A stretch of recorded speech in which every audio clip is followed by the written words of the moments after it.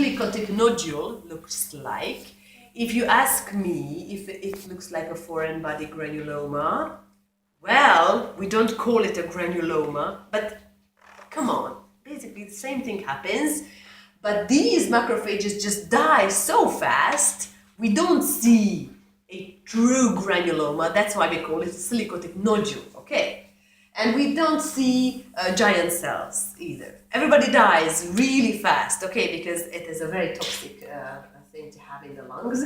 So what we see is there is a central part of the nodule where we only see collagen and of course the pigment from the dead macrophages. We cannot see the silica crystals because they are see-through, but they are a little bit birefringent, so we can of course check them in a polarization microscope, okay.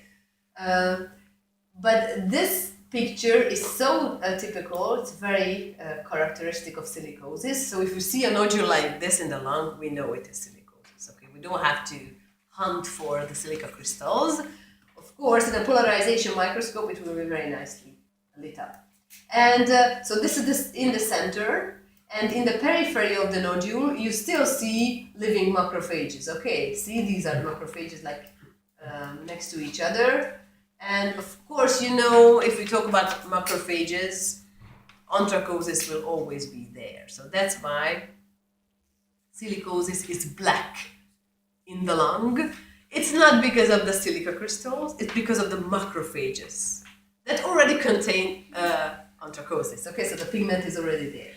Alright, so this is how the silicotic nodule looks like. And you can see this is 1 millimeter here. So it is a very small nodule. The lungs is 2 millimeter nodule, but you know the lung is full of it and it is progressive, so they are growing.